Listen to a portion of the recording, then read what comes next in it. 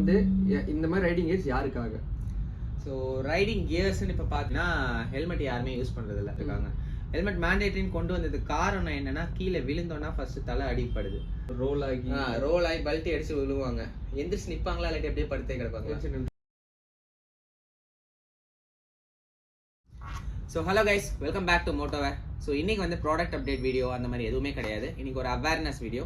So எதை பற்றி அவேர்னஸ்னா, riding gears எதுக்காக நம்ம யூஸ் பண்ணுறோம், அதை பற்றி சம் கிளாரிஃபிகேஷன்ஸ் அண்ட் டவுட்ஸ் வந்து இப்போ நம்ம ஃப்ரெண்டுக்கு இருக்கு. ஸோ அவங்க என்னென்ன கேட்க போகிறாங்கன்ட்டு கொஸ்டின்ஸ் எல்லாமே அவங்க கேட்பாங்க. ஸோ அதுக்கு ஏற்ற மாதிரி நம்ம கிளியராக ஆன்சர் பண்ணுவோம். நம்ம அதை தாண்டி உங்களுக்கு ஏதாவது டவுட்ஸ் அண்ட் கிளாரிஃபிகேஷன் இருந்துச்சுன்னா நீங்கள் கமெண்ட்ஸில் பிங்க் பண்ணலாம். ஸோ நெக்ஸ்ட் கமிங் வீடியோஸில் உங்களுக்கு அதை கிளாரிஃபை பண்ணலாம்.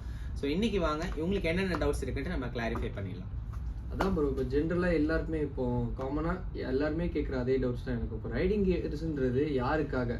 வெறும் பைக்கர்ஸ்க்காக மட்டுமா, இல்லை ஜென்ரலாக ரோட்டில் இப்போ போகிறாங்க? ஹெல்மெட்டுன்றது எல்லாருமே யூஸ்வலாக போடுறது நெசசரி. இது அது தாண்டி இதெல்லாம் வந்து இந்த மாதிரி ரைடிங் கியர்ஸ் யாருக்காக? ஸோ ரைடிங் கியர்ஸ்ன்னு இப்போ பார்த்துட்டாலே ஃபர்ஸ்ட் வந்து இவங்களுக்கு இருக்க கிளாரிஃபிகேஷனே, நான் பைக்கர்ஸ்க்காகவா ரைடிங் கியர்ஸ்ன்ட்டு இல்லை. இப்போ ஜென்ரலாக நம்ம எல்லாருமே பைக் வச்சுருப்போம். நீங்கள் ஒரு பைக் வச்சுருக்கீங்க, பைக் சேஃப்டி ஓட்டுறீங்க. ஃபர்ஸ்ட் இனிஷியல் பார்த்தீங்கன்னா ஹெல்மெட் யாருமே யூஸ் பண்ணுறதில்ல. ஆனால் இப்போ ஹெல்மெட் மேண்டேட்டரின்னு கொண்டு வந்திருக்காங்க. ஹெல்மெட் மேண்டேட்டரின்னு கொண்டு வந்தது காரணம் என்னன்னா, கீழே விழுந்தோன்னா ஃபர்ஸ்ட் தலை அடிப்படுது. ஸோ அந்த தலை அடிப்படாமல் இருக்கணுங்கிறதுக்காக தான் அந்த ஹெல்மெட் வந்து சேஃப்டியோட ஸ்டாண்டர்டாக.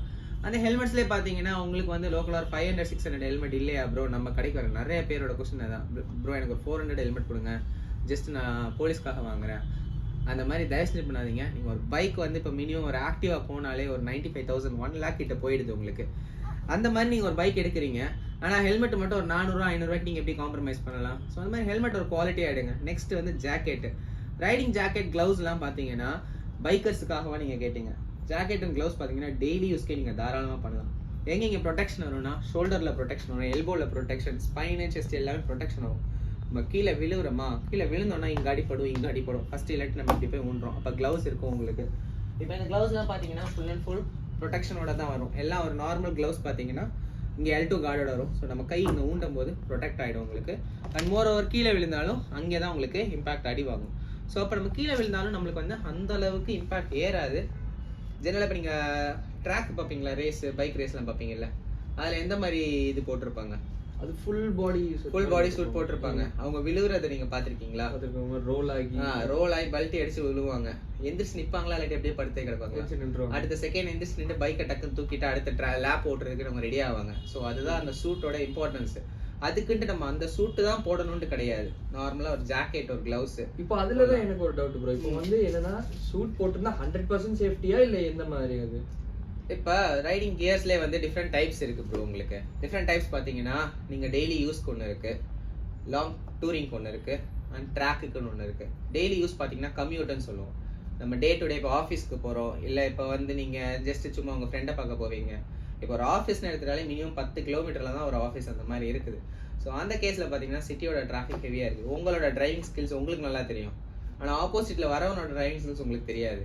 பின்னாடி எப்படி வருவான், ஆப்போசிட்ல எப்படி வருவான்னு சொல்லிட்டு லைட்டா ஒரு தட்டுனா போதும், நம்ம டப்புன்னு கீழே விழுந்துடும். உளுந்த ஸ்பீட்ல நார்மல் ஒரு 20ல போய் நீங்க கீழே விழுந்தாலே கை தேய்ச்சிடும் உங்களுக்கு, கால் தேய்ச்சிடும். ஸோ அதெல்லாம் ரொம்ப வந்து ஹை ரிஸ்கா இருக்கும் உங்களுக்கு. அந்த மாதிரி நீங்க ஜாக்கெட்ஸ், இப்போ கம்யூனிட் ஜாக்கெட்ஸ் போட்டீங்கன்னா பேசிக் சேஃப்டியோட வந்துடும் உங்களுக்கு. வித் லெவல் 2 ஆர்மர்ஸோட எப்பயுமே போங்க.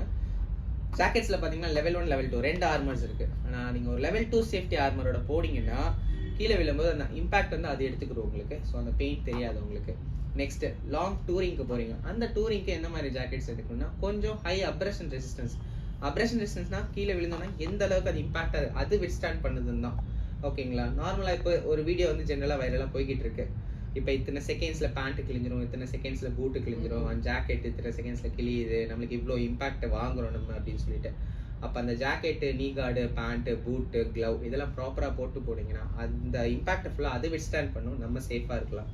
இதுதான் உங்களுக்கு அந்த கான்செப்ட். ஒரு ஜாக்கெட்டும் வந்து ஒருத்தவங்க கஸ்டமைஸ் பண்ணுவாங்களா, இல்லை அது S, M, L, XL அந்த மாதிரி இருக்குமா, இல்லை கஸ்டமைஸ் பண்ணிக்கலாமா?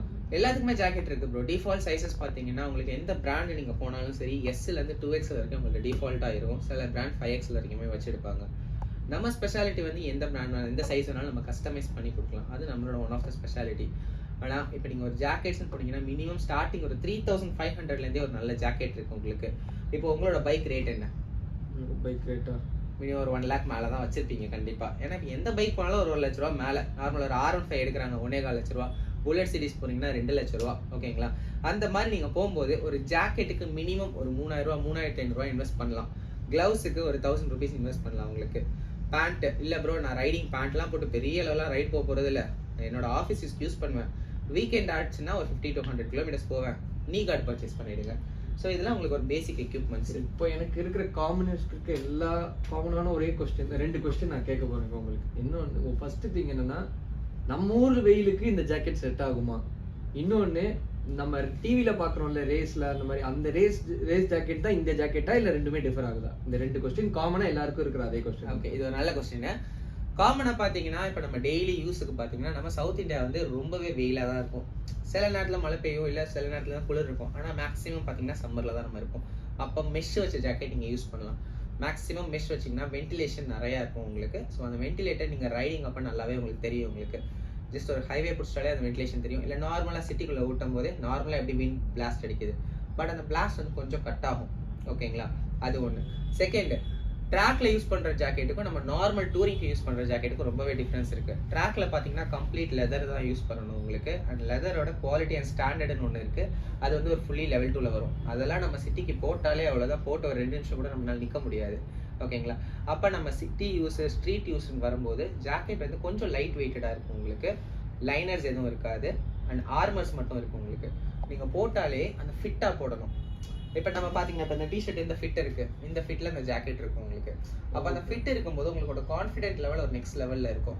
ஓகே, என்னால் ஒரு சேஃப்டியாக ஓட்ட முடியும், அந்த கான்ஃபிடென்ட் லெவல் வரும் உங்களுக்கு. ஸோ அப்போ நீங்கள் எது ப்ரிஃபர் பண்ணுவீங்க ப்ரோ? கஸ்டமைஸ் பண்ணுறதா இல்லை வந்து நார்மலாக S, M, L, XL இருக்கிறதுல வந்து சூஸ் பண்ணுங்க? உங்களுக்கு பாடிக்கு ஃபார் எக்ஸாம்பிள் நீங்கள் வந்து இப்போ ஒரு S போடுறீங்க, ரொம்ப டைட்டாக இருக்குது, ஆனால் எனக்கு பார்க்க ஒரு லைக் ஒரு 6 பேக் இருக்கிற மாதிரி ஒரு ஃபிட்டாக இருக்குது, டைட்டாக இருக்குது, டைட்டு போடக்கூடாது. நெக்ஸ்ட் M போட்டிங்க உங்களுக்கு கரெக்டாக இருக்குது. ஸோ இதில் வந்து இந்த ஜிம் பாடி ஃப்ளெக்ஸ் பண்ணுறது எதுவுமே இதில் காட்டக்கூடாது. இதில் வந்து கம்ஃபர்ட் தான் ஃபர்ஸ்ட். Comfort, safety. ஓகேங்களா? கம்ஃபர்ட் என்ன பண்ணுவாங்கன்னா, சில பேர் கம்ஃபர்ட்டாக இருக்கணுங்கிறக்காக ப்ரோ எனக்கு ஜாக்கெட்டுன்னு ஒன்று எடுத்துக்கிறேன், ஆனால் எனக்கு கொஞ்சம் ஃப்ரீயாகவே இருக்கணும், நான் ஷர்ட் எப்படி லூஸாக போடுறேனோ அந்த மாதிரி எனக்கு ஃப்ரீயாக இருக்கணும் ப்ரோ. அது கம்ஃபர்ட் கிடையாது. ஓகேங்களா? அது பார்க்க நீங்கள் ஒரு ஜாக்கெட் போட்டிருக்கீங்கன்னு தெரியுமே தவிர ஆனால் அது சேஃப்டி கிடையாது. நீங்கள் சொல்கிறத வச்சு பார்த்தீங்கன்னா ரொம்ப டைட்டாகவும் இருக்கக்கூடாது, ரொம்ப லூஸாகவும் இருக்கும். எக்ஸாக்ட்லி, ஃபிட்டாக இருக்கணும். ஸோ அந்த ஃபிட்டில் போட்டால் ஃபர்ஸ்ட் 2 வாட்டி போடுறதுக்கும் கழட்டுறதுக்கும் போட்டிருக்கும் போது கொஞ்சம் அன்ஈஸியாக இருக்கிற மாதிரி இருக்கும். பட் ஆனால் அது போக போக பழகிடுச்சுன்னா அந்த ஜாக்கெட் இல்லாமல் உங்களால் ரைட் போக முடியாது. வண்டி ஓட்டுறதுக்கே ஒரு மாதிரி சேஃப் இல்லாத மாதிரி ஃபீல் ஆகும். ஓகே, அப்புறம் என்னோட இன்னொரு டவுட் என்னன்னா, இப்போ க்ளவுஸ் நீ கார்டு எல்லாம் போட்டு வண்டி ஓட்டும் போது கம்ஃபர்டபுளாக இருக்குமா இல்லை கொஞ்சம் அந்த இரிட்டேஷன் இருக்குமா? எப்படி? அஃப்கோர்ஸ் நம்ம சேஃப்டிக்காக பண்ணுறோம், பட் இருந்தாலும் அது வந்து ஒரு கம்ஃபர்டபுளாக இருக்குமா இல்லை கஷ்டமாக இருக்குமா? நீங்கள் ஃபர்ஸ்ட் ஒரு புது பைக் வாங்குறீங்க, பைக் வாங்கிட்டு ஃபர்ஸ்ட் எடுத்தோட அந்த பைக் எப்படி இருக்கும் உங்களுக்கு? பழகிறதுக்கு சில டைம் வந்து ஸ்மூத்தாக இருந்துச்சுன்னா இதாக இருக்கும், இல்லைன்னா பழகிறதுக்கு டைம் எடுக்கும். ஓகே, இப்போ அந்த பைக் ஒரு வருஷம் ஓட்டிட்டீங்க, அந்த பைக்கை எடுத்தீங்கன்னா எப்படி இருக்கும்? ஓகே, நம்மளுக்கு ஹேண்டி ஆயிடும். அது வந்து ரொம்ப ஈஸியாக இது பண்ணலாம். திடீர்னு ஒரு ட்ரிப்பு போறீங்க, அந்த இடத்துல நீங்களும் உங்கள் ஃப்ரெண்டும் பைக் இன்டர்சேஞ்ச் பண்ணுறீங்க, உங்கள் பைக்கில் ஓட்டின கான்ஃபிடென்ட் அந்த பைக்கில் வருமா? டெஃபினட்டாக வராது. அதே மாதிரி தான் ரைடிங் கியர்ஸும். ஃபர்ஸ்ட் டைம் ஒரு ரைடிங் கியர்ஸ் வாங்கி போடுறீங்க, ஜாக்கெட்டு, க்ளவுஸ், பூட்டு, நீ கார்டு எது போட்டாலும் கொஞ்சம் ஸ்டிஃபாக இருக்கிற மாதிரி இருக்கும், கொஞ்சம் உங்களுக்கு வந்து அந்த கம்ஃபர்ட் ஜோன் கிடைக்காது. ஆனால் ஒரு 2 to 3 டைம்ஸ் போட்டிங்கன்னா அதோட கம்ஃபர்ட்டே டோட்டல் டிஃப்ரெண்ட் ஆகிடும். அதை நீங்கள் போடாமல் ஓட்டுறதுக்கு என்னமோ ரொம்ப அன்கம்ஃபர்ட், அன்சேஃப் மாதிரி ஃபீல் பண்ண வச்சுடும் உங்களுக்கு. ஸோ அந்த அளவுக்கு கம்ஃபர்ட்டாக இருக்கும் ஒரு ரைடிங் ஜாக்கெட், அந்த ரைடிங் கியர்ஸ்ன்ட்டு நீங்கள் போயிட்டாலே. ஸோ அது போட்டு ஓட்டுறதுனால இப்போ மேக்ஸிமம் நீங்கள் எடுத்தாலே எல்லா இடமும் உங்களுக்கு டிராஃபிக்கு, சிக்னலு, மேக்ஸிமம் பார்த்தீங்கன்னா பைக் கட் பண்ணி தான் போயிட்டு இருக்காங்க. ஸோ அந்த நேரத்தில் நம்ம ஒரு சேஃப்டியாக இருந்தோம்னா நம்மளுக்கு ரொம்பவே கான்ஃபிடென்ட்டாகவும் இருக்கும், கம்ஃபர்ட்டாகவும் இருக்கும். ஓகே, இதுதான் காமனாக இருக்கிற என்ன மாதிரி பர்சனுக்குள்ள இந்த ரைடிங் கேஸ் பற்றி உள்ள காமனான டவுட்ஸ். இது மாதிரி வீக்லி உங்களுக்கு ஏதாவது கண்டென்ட் வேணும்னா கீழே இருக்கிற இந்த இதில் வந்து கமெண்ட்ஸ் பண்ணிங்கன்னா அதுக்கேற்ற பதில் நாங்கள் அடுத்த வீடியோவில் போடுவோம். Until then, bye from Jaya Rahman, Motoware Kasim.